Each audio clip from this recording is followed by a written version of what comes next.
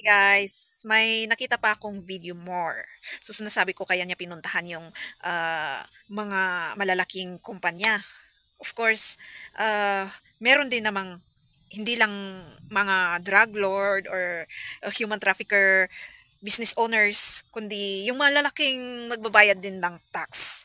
Pero hindi lang yun eh. Okay lang sana kasi ang laki nga ng ano niya, yung ano nila I mean, yung business nila. Kaya malaki talaga ang tax. Yung magkakaroon ka pa ng utang na loob as gobyerno sa mga company na yun or sa isang tao. Kasi artista din, di ba, nagbabayad ng malaking taxes. Bakit ka magkakaroon ng utang na loob? Depende na lang kung panoorin natin tong video na to.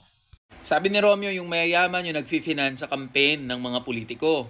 Kaya kung ano yung gusto nila na batas, yun ang masusunod. Ngayon, papaano ba kinokontrol ng mga oligarchs at ng mga bilyonaryo yung politika natin sa bansa? Alam niyo, hindi naman bago sa atin yan na yung politika sa bansa natin ay dominated ng mga mayayaman at maimpluwensyang mga grupo. Imposible o napakahirap na ma-elect ka sa kahit anong posisyon sa gobyerno pag hindi ka mayaman, hindi ka maimpluwensya, o walang nagbaback up sa'yo na makapangyarihang grupo. Kaya may relasyon yung mga oligarchs o bilyonaryo at yung mga politiko natin.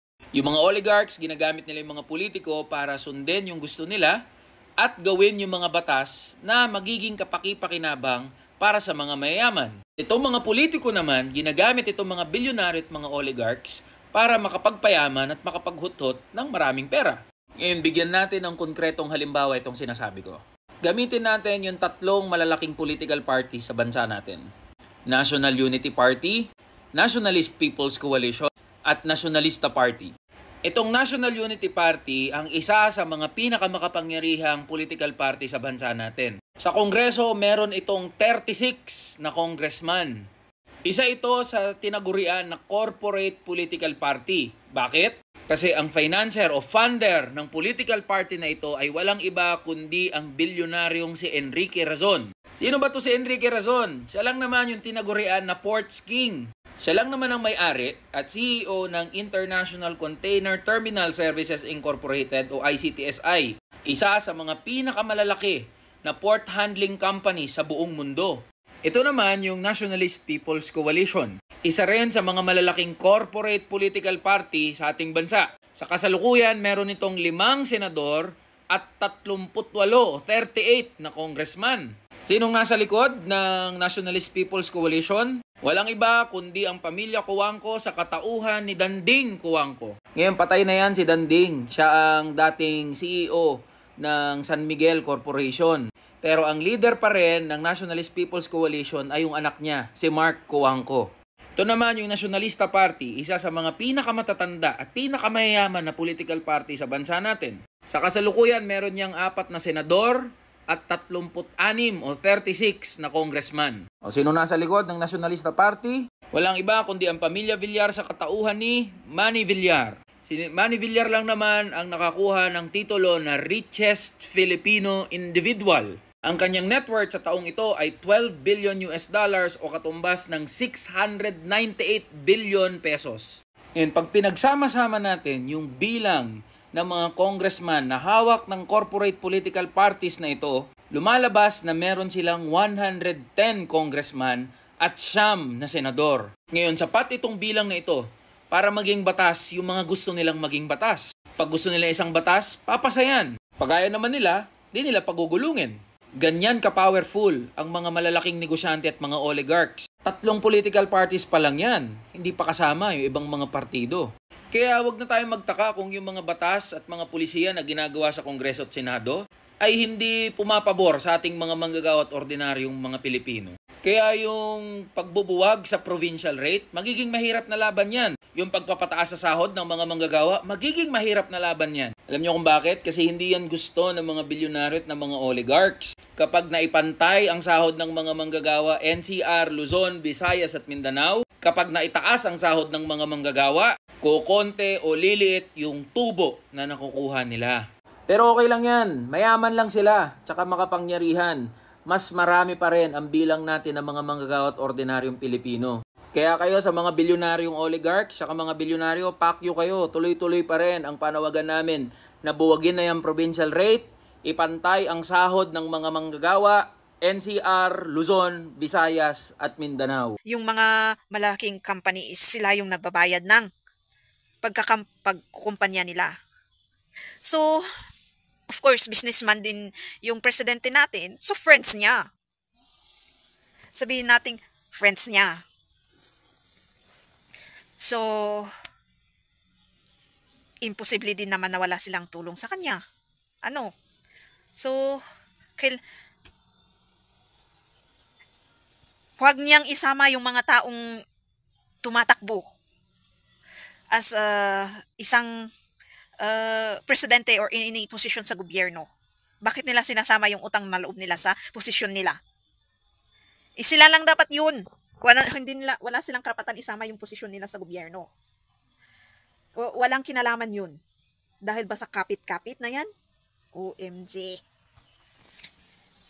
Kumapit ka lang sa utang na loob mo sa kanila, pero huwag mong isama yung posisyon mo para gamitin sa kabulastugan. Malay mo baka nga yung iba pa dyan hindi lang business na yung business, may iba pang business.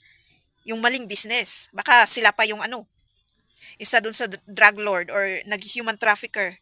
Kasi ang daming nawawalang tao uli ngayon eh. Parang bumalik. Parang yung dati. Parang nawala lang nung part ni Duterte kasi dahil doon sa pandemic na nangyari. So, tumigil lahat. So, tuloy natin yung usapan. Yan. Lalong nauungkat Kasi, of course, alam natin noon na siguradong may na isang tao. Nababalitaan din naman natin sa ibang bansa yan. Yung gobyerno nga, pero isang palamuti lang na may nakahandle sa kanila. Imbis na ang pagbigyan niya ng, hindi ko mahanap yung Tagalog, service na lang. Yung pagbigyan niya ng service is yung tao niya. So, meron din akong nakitang post na about sa China and may mga comments na screenshot screenshot ko. So, maganda rin pala ang rules nila. So, gobyerno talaga ang naano. Pero, kasi crisis din nila eh. So, dapat yung gobyerno marunong din makinig sa kanyang mga tao. So, tuloy natin. Yung gobyerno marunong makinig sa kanyang mga tao or i-consider yung something, baka may kulang sa kanilang roles. Kasi lahat ng resources nila nawawala daw. Nakalimutan nila yung nature. Nakalimutan nila yung ganito, ganyan. Kaya, kahit tinuon ng gobyerno yung paano niya ipapagandahin yung kanyang bansa. Pinutol naman niya lahat. Yung puno, hindi siya nag-isip na Tapos yung resources nga nila, nasisira na at paunti ng paunti. Parang business, buildings lang and structures tinuon. Walang considerations. At least sabihin mo ng may strictness, pero very strict naman. Oppression na sinasabi nila. Walang balance. Sabihin mo na marunong din silang kaibigan, pero depende rin yung kagustuhan lang nila. Hindi rin balance yun. So, maganda yung pamamalakad, pero yung laws kulang. Yung consideration of all. From natures, animals, people itself, etc. So, sino kayang country ngayon ang gagawa nun? Wow, bless na yun. Kung kunwaring may may country gagawa nun. Or tao mismo. So, wala tayong magagawa kung ayaw gawin ng tao. Kung tayo mismo ang may gusto ng good change, kailangan din nating simulan sa sarili muna natin bago mag-towards to others. As pati yung paghihil ng traumas in pain, and fixing characteristic, manners, attitude, lahat-lahat na. Qualities, personalities. Sisimulan muna natin sa sarili natin, di ba? Bago natin mai-connect sa iba.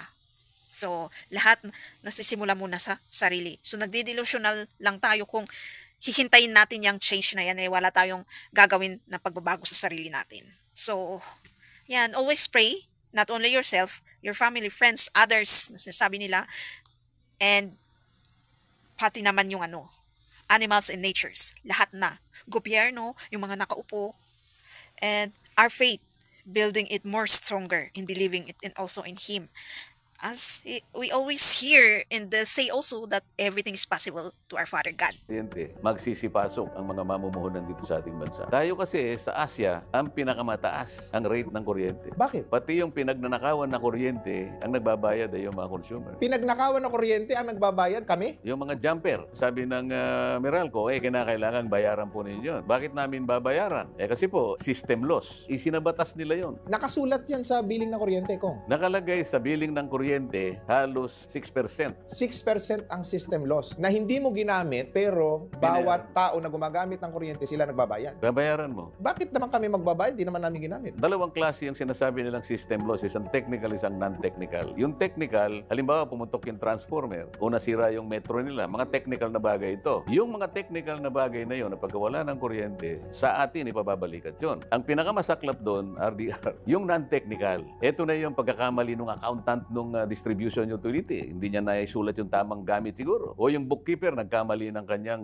entrada sa kanyang libro. At saka yung napakaraming mga magnanakaw ng jumper, tayo pa rin ang magbabayad. And sabi ko, anong katwiran nito? Halimbawa, Meralco, bago pa kayo magpasya na pumalaot sa ganyang klaseng industriya, alam nyo na merong system loss. Yan ang nature ng industriya. Pero kahit alam ninyo na may mawawala, dapat legitimate business risks. Lahat ng negosyo may risk eh. Ultimo sari-sari store may risk eh. Ito lamang ang negosyo na walang panganib. Kaya hindi siya kumukuha ng pulis na magbabantay nung jumper. Bakit pa kanya kukuha ko ng bantay at pulis? Gastos lang yan. Total naman binabayaran nyo na. Kaya anong effort ng mga mambabatas? Inilalaban ko sana, pero sinasabi ko sa iyo, napakahirap lumaban sapagkat marami kang kalaban. Pero mayroong nakalagay sa batas na kapag halimbawa yung aggregate o pinagsama-samang consumption halimbawa sa isang subdivision, umabot ka ng 500 kilowatt, pwede ka nang kumawala doon sa captive market ng Meralco. Ang tawag sa iyo ay contestable market. Pag naging contestable market ka, pwede ka ngayong humingi ng retailer mo other than Meralco. May mag-o-offer sa iyo mas mababa. Halimbawa sa subdivision mo, sige. RTR, Paano? nakita mo na 690 na pala yung total na consumption ng subdivision natin. Pwede tayo ngayon kumawala sa Meralco. Pwede pala. Pwede. Paano? Pupunta tayo ngayon sa ERC. Pwede silang pagpapunta ng representative nila doon. Pwede rin namang tawagan natin, Madam o Mr. ERC. Napatunayan po namin nandito sa aming komunidad, yung total na consumption ng aming mga kabahayan, lagpas na ng 500 kilowatts. Yun ang threshold eh. Ngayon, asa na po ba yung mga retailer natin? Ito yung sinasabing RCOA. Ito yung Retail Competition and Open Access. Uy, hindi lang pala Meralco. Meron pala mga retailer. O halimbawa, paglapit, sabi niya, Mr. RDR, magkano ba ang average na bayad nyo sa Meralco? 11 pesos per kilowatt hour. 850 po sa amin. O makakatipid ka o hindi? Makakatipid. Makakatipid ka. Ang buong akala ko, buong buhay ko, 41 years old na ako ngayon, Meralco lang ang supplier sa NCR. Meron ng retailer, nasa batas yan. Pagkatapos, nagsanib ngayon, 2 o 3 komunidad. Ang tawag naman doon, aggregation. Ang threshold naman yan, 700. 700 O kilowatt. nakita nyo ngayon, pinagsama yung 3 kasi magkakadikit kayo eh. Oo. 1,000 pala yung aggregate ninyo. Contestable na kayo. Ibig sabihin, hihiwalay kayo doon sa captive market. Napakaraming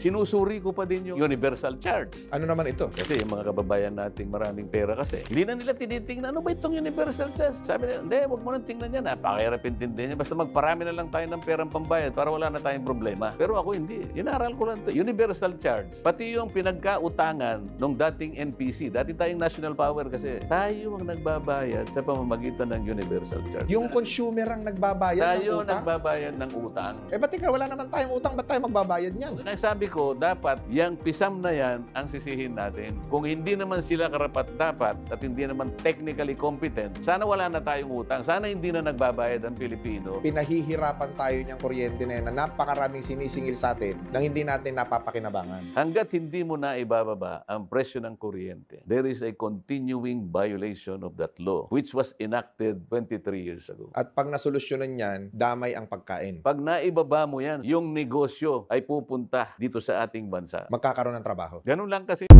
And may bigla akong nakita, OMG. Po, matutuklasan nyo kung paano po talaga nila pinoprotektahan ito si Speaker Romualdez.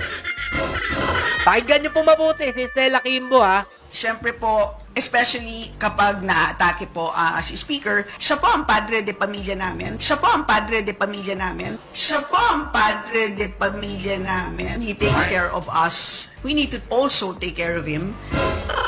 Wow, Stella Kimbo, tinawag na padre di pamilya po si Congressman Romualdez. Kaya naman pala todo simsip, todo tanggol kayo dyan sa Kongreso about dito kay Speaker. Dahil siya pala ang tinuturing yung padre di pamilya, tama pala yung ginagawa nyong ganyan. Akala ko ba yung pagsiservisyo nyo isa taong bayan, tapos nagsiservisyo lang pala kayo dyan kay Speaker Romualdez? Anak ng tinapay. Kaya pala puro atake ang ginagawa ninyo kay VP Sara Duterte dahil akala ninyo inaatake ni VP Sara Duterte ito si Romualdez. Na hindi naman totoo yan. Ang inyong padre di pamilya ang panay atake sa mga Duterte dahil nga mga idol, dinidiscredit nila ang mga magandang ginawa ng administrasyon ni Tatay Duterte para po sa susunod na eleksyon, madungisan po ang pangalan ng mga Duterte. Yan po ang aking nakikita dito sa administrasyong ito. Kaya po mga Lodi, tuloy-tuloy po ang paninira nila kay Vice Presidente Sara Duterte at sa mga sumusuporta po sa Duterte. Alam nyo ba, kaka-atake nyo kay Vice President Sara Duterte, lumalabas lahat ng mga baho ninyo. Kung hindi pa nila inatake si VP Sara Duterte, hindi natin malalaman yung mga maluluhong buhay nitong ating mga congressman, congresswoman na napakalalaking halaga po ng winawaldas nila para lang po sa relo, bag, kotse, at kung ano-ano pa pong gamit na mamahalin na sa tingin naman po natin, hindi nila kayang bilhin yan kung sa sariling sweldo na nila kinukuha ang paggamit po sa paggasta dyan. Pero syempre mga Lodi, dahil padre di pamilya po nila, ito si Speaker Romualdez, ayan, kung sino po ang nagtanggol kay Speaker Romualdez, syempre mabibiyayaan din. O diba, tingnan nyo naman po yung relo po ni Speaker, 2.9 million pesos lang naman. Ay, may nagsabi pa dyan, yung talangka talagang tanso. Tinanong mo na ba kung original yan o fake yan? Baka naman class A lang yan, tapos kung makahusga ka. Ba? Talangka ba talaga kayo? Sa tingin nyo, magsusuot ng class A, umumurahin, peke, na relo, yung mga ganyang klaseng kongresista?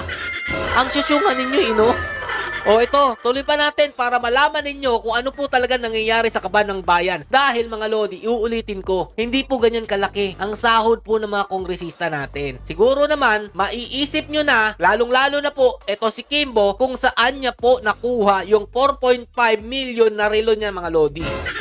Dahil nga, padre de pamilya nila. Susuportahan nila meron pa palang 7.8 million, Wow, grabe naman talaga.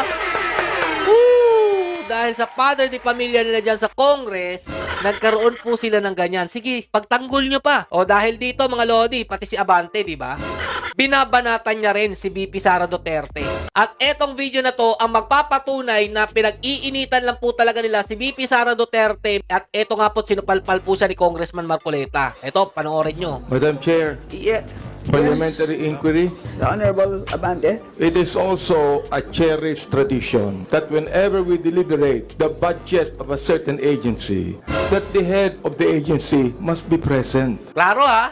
Kapag nagpapapasa daw po kayo ng budget, dapat daw po yung head ng agency nandyan po at present. Pero eto mga Lodi, pakinggan nyo pa. At this point in time, there are no staff here. The head of agency present on the office of the Vice President. And we only have a DBM here. A DBM even answered. The COA even answered that only the OVP could be able to answer that. Perhaps we could be able to say it. Kanina, sinabi rin po ni Congressman Marcoleta, is a cherished tradition to approve the budget immediately. But there's a cherished tradition that when we deliberate a budget of any agency, that the head of agency should be present. That is my parliamentary inquiry. O, yan na. Klaro mga Lodi. Any agency, kailangan daw po present kapag nagpapapasa po kayo ng inyong budget. Kung gano'n naman pala, dapat pinatawag mo na rin si Bongbong Marcos dyan dahil lahat pala ng agency. Bakit wala bang hinahawakan na agency? Ito si Bongbong Marcos Jr., yan ang ating presidente ng Pilipinas. O, diba? Galing sa kanya yan mga Lodi. At dito nga mga Lodi, sinupalpal po siya, sinagot po siya ni Congressman Marcoleta. Dahil po yung sinasabi niya, hindi po applicable naman o hindi nila ginagawa sa lahat po ng agencies. So eto mga Lodi kayo na bahala humusga. Kung sang-ayon kayo sa akin, ipaabot nyo dun sa mga talangkang nagbubulag-bulagan na hindi po patas itong pag-iimbestiga ng Congress about po sa budget na yan mga idol. Commission on Audit, through your experience, let's say, in the last 10 years, wala kayong may bibigay? Alam po ninyo kung bakit ko tinatanong ito? Kung marami po kayong na-issue, at alam ko marami talaga, na notices of disallowance, pupuntahin natin dito lahat, hindi lang ang Office of the Vice President ang dapat umupo dito. Yan. Lahat na po ng inisyuhan nyo ng notices of disallowance must sit here para makagawa po kami ng mas maganda, mas balanse na batas. Tama. Kung pag-uusapan po ay ang paggamit nitong intelligence funds. Do you understand? Diba? Ayan na, kakaatake nyo, lumalabas tuloy ang baho ninyo. Diba? Sabi po dito ni Congressman Marcoleta, kung yan po pala talaga ang gusto nyo mangyari, dapat nandyan po present ang mga ahensya na nagpapapasa po ng kanilang budget. Dapat po lahat ipatawag ninyo, lalong-lalo na po yung binawasan nyo ng pondo. Siyempre, starring po dyan, yung binawas po nila sa Office of the Vice President na napakalaking halaga po. Ipatawag nyong lahat para maimbestigahan kung tama pa po ba itong ginagawa nila para po magawan po nila ng aksyon. Ang galing talaga ni Congressman Marcoleta, kaya init na init po ito si Pastor Pastor ba talaga to mga idol? Eto maiiwan lang po muna ako sa inyong sinabi po ni Pastor. Kayo na po bahala kung maniniwala kayo o hindi. Basta ang akin mga Lodi, gusto ko lang po magkaroon tayo ng halimbawa ng isang tunay na pastor. Apostle Paul would tell us whatever gift you have, whatever ability you have, whatever talent you have. Amen. Even if you have the faith that can move mountains, even if you all have this, but you are not ruled by the love of God. Amen. Amen, Pastor. Amen. Oh, grabe to. Amen, Pastor. Oh, ganda ng motor ba yan? Kotse. Tuloy natin. It's nothing. You know, Grabe. Love will make you humble in everything. It will not make you proud. Love that does not behave itself unseemly. Grabe mga Lodi. Tinamaan ako ng mga sinasabi ni Pastor. $17,999 yung presyo ng motor. Grabe. Sobrang Love tinamaan seeketh ako. not her own. Love is not easily provoked. Love thinketh no evil. But love rejoiceth not in iniquity. But love, the love of God, rejoiceth in the truth. The love of God bears all things, believes all things, hopes all things, endureth all things. Grabe, galing magsalita ni Pastor. Tinamaan po talaga ako. Dapat pala maging mapagmahal po tayo sa Diyos para magkaroon po tayo ng ganito. Mahalin po natin yung Padre de Pamilya ng Congress. Congress pala. Yan po mga Lodi. Yan lang po pala ang sikreto ni Pastor. Kaya po pala meron po sila mga ganito. Dapat po maniwala po tayo sa Ama natin na alam naman natin kung sino po yung Diyos nila. Yan po mga Lodi, no? Kaya po meron ganito si Pastor. Napaka-humble po talaga niya. Kaya na po bahala humusga mga idol kung totoo po bang pastor siya. Kasi ang pagkakaalam ko mga Lodi sa isang preacher, hindi po siya maghahangad na ganito kamamahaling mga gamit. Dahil hindi naman po ganyan ang ating Diyos Ama. Hanggang dito lang po muna mga idol. Sobrang tinamahan talaga ako sa ni Pastor, no? Ang sakit pa rin. Stay safe mga Lods and God bless you all. Peace bomb, Duterte pa rin. Mr. President, kung maglalabas po kayo ng baho, Mr. President, dapat naman siguro maligo ka muna.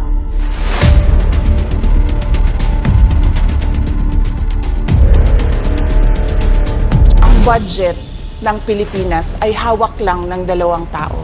Hawak lang siya ni Congressman Zaldico at ni Congressman Martin Romualdez. Yan ang katotohanan.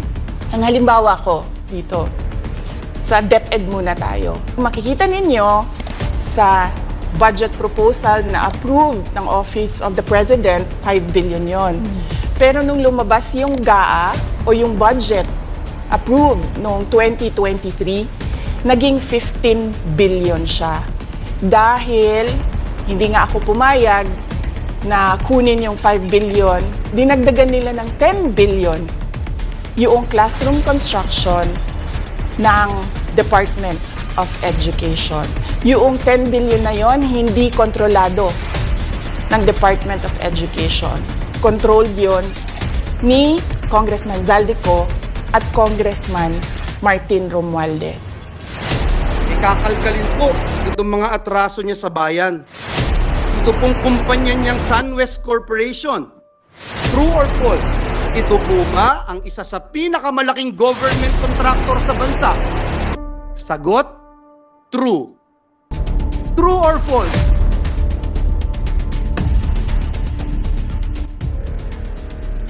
Ang korporasyon po ba niyang SunWest Corporation ay kasama dito sa kontrobersyal na Pharmally case dito na inimbestigahan sa Senado na kasuhan ng Senado? The answer is true. Kasama din po ba ang kumpanya niya dito po sa kontrobersyal na DepEd laptop scam? Ang sagot po, true. Pinakakasuhan din po ng Senado ang kumpanyang ito. Napakadami pong BIR cases. Madali po maghanap, Mr. President. Madali po kuhanin ang panig ng mga taga-BIR. Kung ilang kaso mayroon ang kanyang mga korporasyon. Bukod po dito, yung reklamo po sa Ombudsman ng Anti-Corruption Group na ang pangalan Task Force Kasanag International, meron din pong 50 billion na kaso na kinakaharap ang taong ito. Mr. President, kung maglalabas po kayo ng baho, Mr. President, dapat naman siguro maligo ka muna. Ang masaklap po, Ginoong Pangulo, kabila po ng track record na ito ni Mr. Zaldico, ang masaklap po, inappoint po siya ng Kamara de Representantes bilang tagapagbantay ng kaban ng bayan. Si Dracula, inappoint mo bilang tagapagbantay ng blood bank ng bayan. Wow, Mr. President.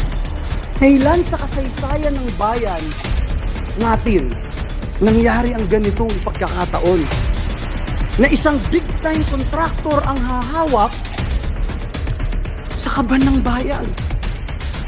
Only in the Philippines, Mr. President. Yan, maraming trolls, kabilaan. So, hindi lang iisa, dalawa, tatlo, apat ang naghahandle. At ang sinisira nila. So, makisama tayo. Sige, yun ang gusto nila eh. So, hanggang iayos nila yung trabaho talaga nila. Kasi karapatan natin yan eh. Yung magsabi tayo as mamamayan. Naiayos nila yung trabaho nila. Kahit mang resibo, sabi nila kung saan nila pinunta yung taxes na binabayad natin. Meron akong nakitang post na bubo ka ba? Sigurado kang nababayad ng tax? Common naman sa school yan eh. Sinong hindi nagbabayad ng tax?